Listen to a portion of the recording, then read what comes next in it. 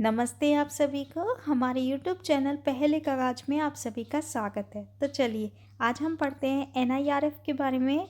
NIRF का full form है national institutional ranking framework.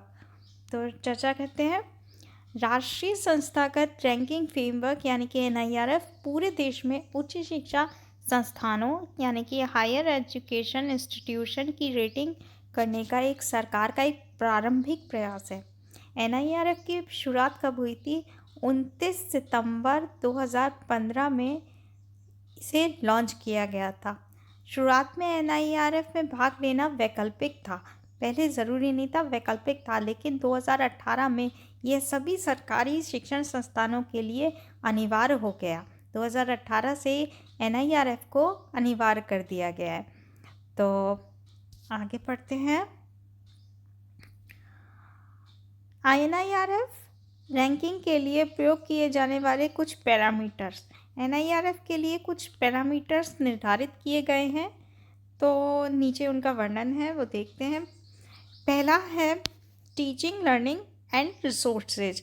यह पैरामीटर शैक्षणिक संस्थानों के लिए मौलिक संचालन की जो जांच करता है कि शिक्षण संस्थानों में टीचिंग लर्निंग और क्या क्या रिसोर्सेज है, इसके बारे में सब जांच करता है। दूसरा पैरामीटर है अनुसंधान और व्यावसायिक अभ्यास। शिक्षण और सीखने में उत्कृष्टता और छात्रवृत्ति जो होती है उससे घनिष्ठ रूप से संबंधित होता है।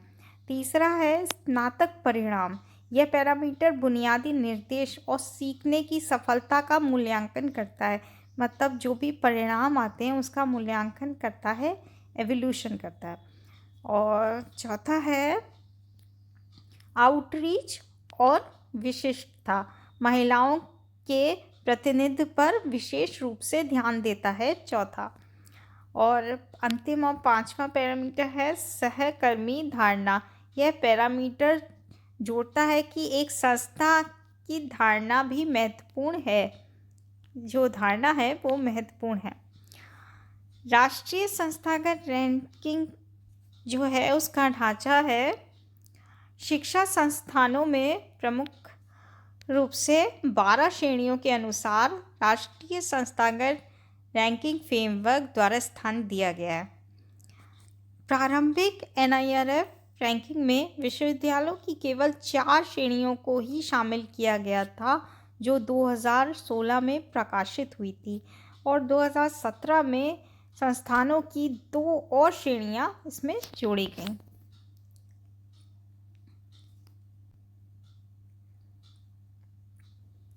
2020 में NIRF रैंकिंग में कुल 3,800 शिक्षण संस्थानों ने हिस्सा लिया था। NIRF 2020 में एक नई श्रेणी में दंत चिकित्सा संस्थानों को भी जोड़ा गया। दंत चिकित्सा संस्थानों को जोड़ा गया 2020 में। रैंकिंग के 2023 के संस्करण में कृषि और समृद्ध जैव क्षेत्र भी नए विषय के रूप में जोड़े गए हैं, ये इम्पॉर्टेंट है। NIRF के तहत रैंक किए गए शैक्षणिक संस्थानों की श्रेणियां भी नीचे दी गई हैं।